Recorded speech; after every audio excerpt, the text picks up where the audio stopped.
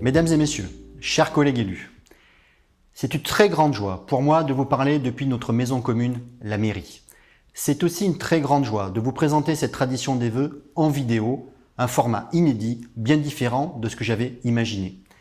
Nous avons dû, comme beaucoup d'entre vous, nous adapter en raison de la crise sanitaire.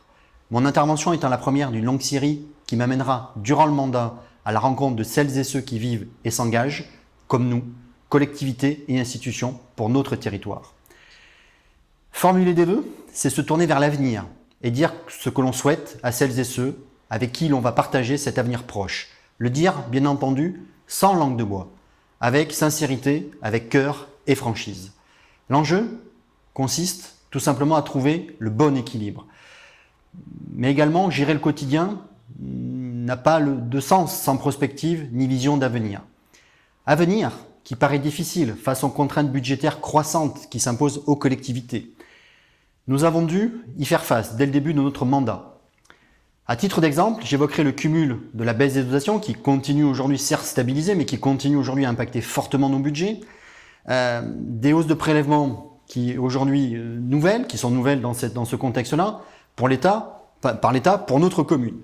À cela, il faut rajouter les réformes et les transferts de compétences imposés par l'État à la commune qui pèse sur le budget principal.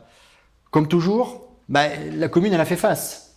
Mais nous savons que nous ne pourrons pas faire face toujours plus avec moins, parce que les marges de manœuvre se réduisent, affaiblissent le service public local au moment où la population en a le plus besoin.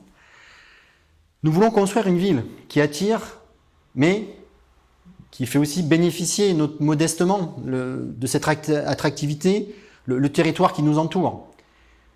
Et là-dessus, je crois qu'il y a un levier qui est important, parce que hier a été créée la communauté urbaine de Limoges Métropole, et je pense que nous allons travailler à ce que puisse toujours se conjuguer stratégie globale dans cette communauté urbaine et l'ancrage local.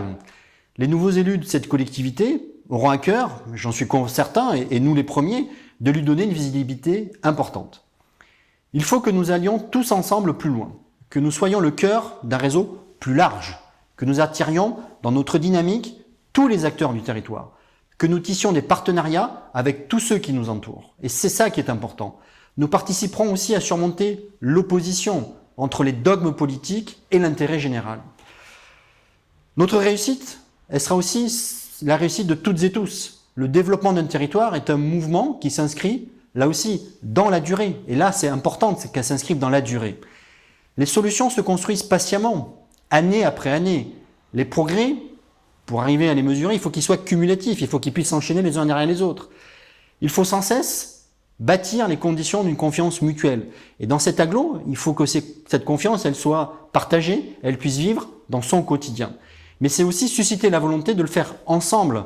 Et aujourd'hui, pour notre territoire, il faut qu'on soit capable de le faire ensemble. Mais je suis peut-être un peu pessimiste, mais je pense qu'aujourd'hui, c'est réellement une question de survie. Dans Le Petit Prince, Saint-Exupéry a cette phrase « L'avenir, il ne faut pas le prévoir, mais le permettre ». L'avenir, c'est à nous tous qu'il revient de le permettre. Et c'est là qu'est notre principale responsabilité par rapport à cette telle situation. En tout cas, voilà, ce sont ces quelques mots que je souhaitais vraiment vous adresser pour 2021. Et bien évidemment, vous souhaitez à toutes et tous une très belle année et surtout profitez bien de tous ces moments importants dans votre vie.